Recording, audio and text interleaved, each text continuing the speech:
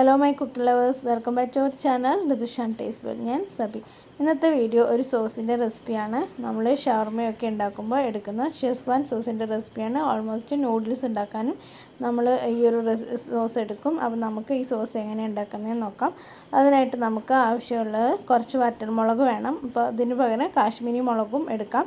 അപ്പോൾ വറ്റൽമുളകും കാശ്മീരി മുളകും രണ്ടും കൂടി മിക്സ് ചെയ്തിട്ടും എടുക്കാം. അപ്പോൾ ആദ്യം തന്നെ മുളക് എടുത്തതിന് ശേഷം നമ്മൾ ഈ മുളകിൻ്റെ മേളിലുള്ള ഈ മൊത്തം ഒന്ന് കട്ട് ചെയ്തിട്ട് അതിൻ്റെ ഉള്ളിലുള്ള സീഡൊന്ന് കളഞ്ഞിട്ട് വേണം എടുക്കാനായിട്ട്.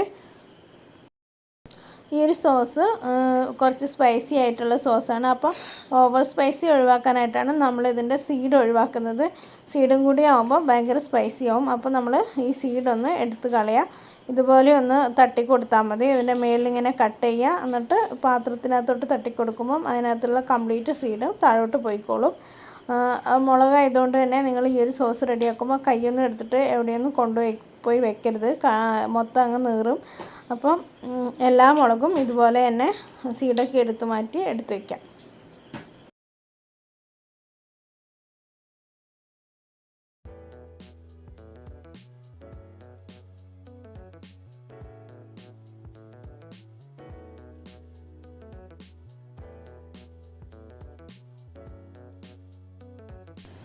അപ്പോൾ എല്ലാ മുളകും ഇതുപോലെ തന്നെ ചെയ്തെടുക്കുക. ഒരു 10-20 മുളകിനടുത്തുണ്ട്. ഒരു കൈപ്പിടി, പിന്നെ കുറച്ചും നമുക്ക് ആവശ്യം എത്രയാണോ സോസ് ഉണ്ടാക്കേണ്ടത് അതിനനുസരിച്ച് നമുക്ക് മുളക് എടുക്കാവുന്നതാണ്. കാശ്മീരി മുളകും കൂടി, അതായത് പിരിയൻ മുളകുണ്ടല്ലോ, അതും കൂടി മിക്സ് ചെയ്തിട്ട് എടുക്കാം. അല്ലെങ്കിൽ പിരിയൻ മുളക് മാത്രമായിട്ട് എടുക്കാം. പക്ഷേ ഞാനിപ്പോൾ നല്ല മുളകാണ് എടുത്തിട്ടുള്ളത്.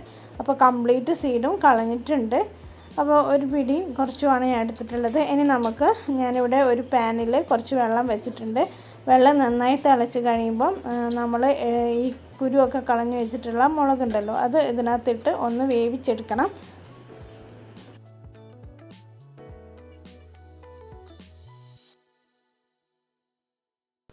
ഇട്ട് കൊടുത്തതിന് ശേഷം നന്നായിട്ട് ഒരു 10 മിനിറ്റ് വേവിച്ചെടുക്കുക. നന്നായിട്ട് തിളച്ച് ബോയിലാവണം. ഒരു സ്പൂൺ വെച്ചിട്ട് ഇതൊന്ന് ഇളക്കി കൊടുക്കുക. എന്നതിന് ശേഷം ഒന്ന് വേണമെന്നുണ്ടെങ്കിൽ വെള്ളം തിളക്കുന്നവരെ ഒന്ന് അടച്ച് വയ്ക്കാം. അപ്പോൾ ഇതാ നമ്മുടെ മുളക് നന്നായിട്ട് വെന്ത് വന്നിട്ടുണ്ട്. നന്നായിട്ട് തിളച്ചിട്ടുണ്ട്. ഇനി നമുക്കിത് ഓഫ് ചെയ്ത് കൊടുക്കാം. ജസ്റ്റ് ഒന്ന് കാണിച്ചു തരാം. ഞാനിത് നല്ല ബോയിലായി വന്നിട്ടുണ്ട്. അപ്പോൾ ഇനി ഇത് ഓഫ് ചെയ്തതിന് ശേഷം ഒന്ന് തണിയാനായിട്ട് വെക്കണം. കുറച്ചൊന്ന് ഇതിൻ്റെ ചൂടാറിയതിന് ശേഷം എന്നിട്ട് വേണം ഇതൊന്ന് ഗ്രൈൻഡ് ചെയ്തെടുക്കാനായിട്ട്. മിക്സിയിലിട്ട് നന്നായിട്ടൊന്ന് പേസ്റ്റ് പോലെ ആക്കി എടുക്കണം.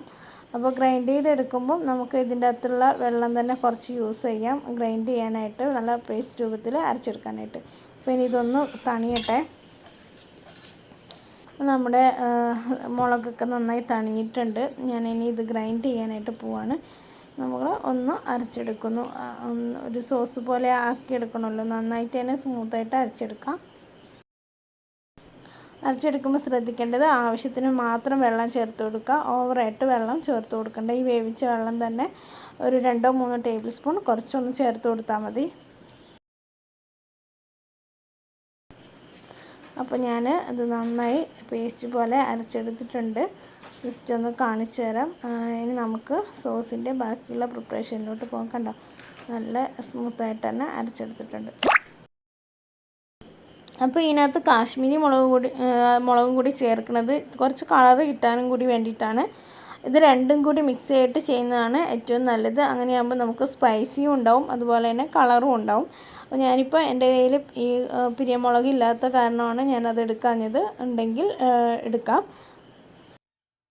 ചട്ടി വെച്ച് കൊടുക്കാം. ഇതിനകത്തോട്ട് ഒരു 2 ടേബിൾ സ്പൂൺ സൺഫ്ലവർ ഓയിലാണ് ഒഴിച്ചു കൊടുക്കുന്നത്. ഓയിൽ വെച്ചിട്ട് ചെയ്ത് കഴിയുമ്പോൾ നമ്മുടെ ഈ സോസ് കുറച്ച് നാൾ നമുക്ക് പുറത്ത് തന്നെ കേടുകൂടാതെ തന്നെ സൂക്ഷിക്കാൻ പറ്റും. അതിന് വേണ്ടിയിട്ടാണ് നമ്മൾ ഓയിൽ ഒഴിച്ചു കൊടുക്കുന്നത്. 2 ടേബിൾ സ്പൂൺ മാത്രം ഓയിൽ മതി. ഇനി ഈ ഓയിൽ ചെറുതായിട്ടൊന്ന് ചൂടായി കഴിയുമ്പം നമ്മൾ കുറച്ച് ഇഞ്ചി വെളുത്തുള്ളി ചെറുതായിട്ട് ചോപ്പ് ചെയ്ത് വെക്കുക. ആ ചോപ്പ് ചെയ്ത് വെച്ചിട്ടുള്ള ഇഞ്ചിയും വെളുത്തുള്ളിയും ഇതിനകത്തോട്ട് ചേർത്ത് കൊടുക്കാം.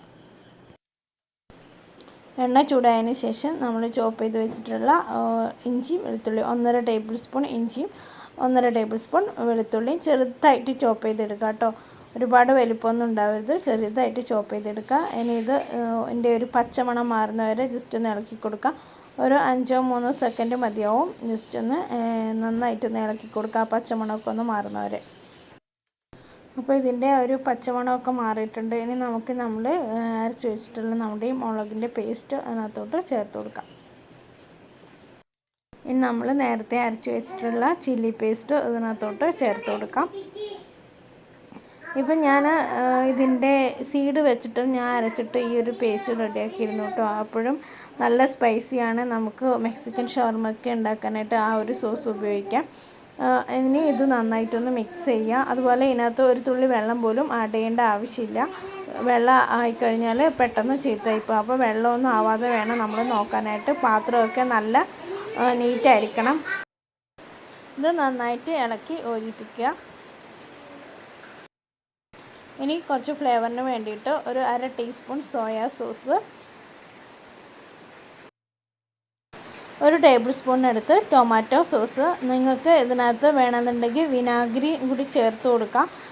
പുളി ഇഷ്ടമാണെന്നുണ്ടെങ്കിൽ മാത്രം വിനാഗിരി 1 ടേബിൾ സ്പൂൺ വെച്ചിട്ട് ചേർത്ത് കൊടുക്കാം. ഞാനിപ്പോൾ വിനാഗിരി ചേർത്ത് കൊടുക്കുന്നില്ല, ടൊമാറ്റോ സോസ് മാത്രമാണ് ചേർത്ത് കൊടുക്കുന്നത്.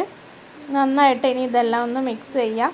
ഒരു 5 മിനിറ്റ് ഇത് മിക്സ് ചെയ്തതിന് ശേഷം നന്നായിട്ട് ഇളക്കി കൊടുത്തതിന് ശേഷം നമുക്ക് ആവശ്യത്തിനുള്ള ഉപ്പിട്ട് കൊടുക്കാം. സോയ സോസ് ഒഴിച്ചതുകൊണ്ട് തന്നെ ഉപ്പിൻ്റെ ടേസ്റ്റ് നോക്കിയിട്ട് മാത്രം ഇട്ട് കൊടുത്താൽ മതി. സോയ സോസിൽ ഉപ്പിൻ്റെ കണ്ടൻറ് ഉണ്ട്. അപ്പോൾ നമ്മുടെ സോസ് ഇത് ഏകദേശം റെഡി ആയിട്ടുണ്ട്. ഇത് സോസൊക്കെ ചേർത്ത് കൊടുത്തതിന് ശേഷം ഒരു 2-3 സെക്കൻഡ് മാത്രം നമ്മളിത് ഇളക്കി യോജിപ്പിച്ച് എടുക്കാം. പിന്നെ നമുക്ക് സ്റ്റൗ ഓഫ് ചെയ്ത് കൊടുക്കാം. അപ്പോൾ തന്നെ ഒരുപാട് നേരം വെക്കേണ്ട ആവശ്യമൊന്നുമില്ല. അപ്പോൾ നമ്മുടെ സോസ് ഇവിടെ റെഡി ആയിട്ടുണ്ട്. ഇനി നമുക്ക് ഇത് നല്ലൊരു തണിഞ്ഞ് കഴിയുമ്പോൾ നല്ലൊരു എയർ ടൈറ്റ് കണ്ടെയ്നറിലോ എന്തിലാന്ന് വെച്ചാൽ സൂക്ഷിച്ച് വയ്ക്കാം. അപ്പോൾ ഒരാഴ്ചയ്ക്ക് അടുത്ത് ഞാൻ പുറത്ത് വെച്ചിട്ടുണ്ടായിരുന്നു. ഈ ഒരു സോസ് ഒന്നും ആയിട്ടൊന്നുമില്ല. ഇനിയിപ്പോൾ സംശയമുള്ളവർക്ക് ഫ്രിഡ്ജിൽ വയ്ക്കാം.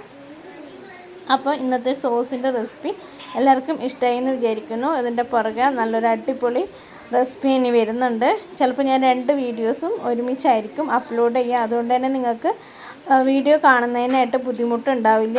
റെസിപ്പി ട്രൈ ചെയ്ത് നോക്കാൻ 2 ഒരുമിച്ച് കണ്ടിട്ട് തന്നെ ചെയ്യാൻ പറ്റും. ഓക്കെ,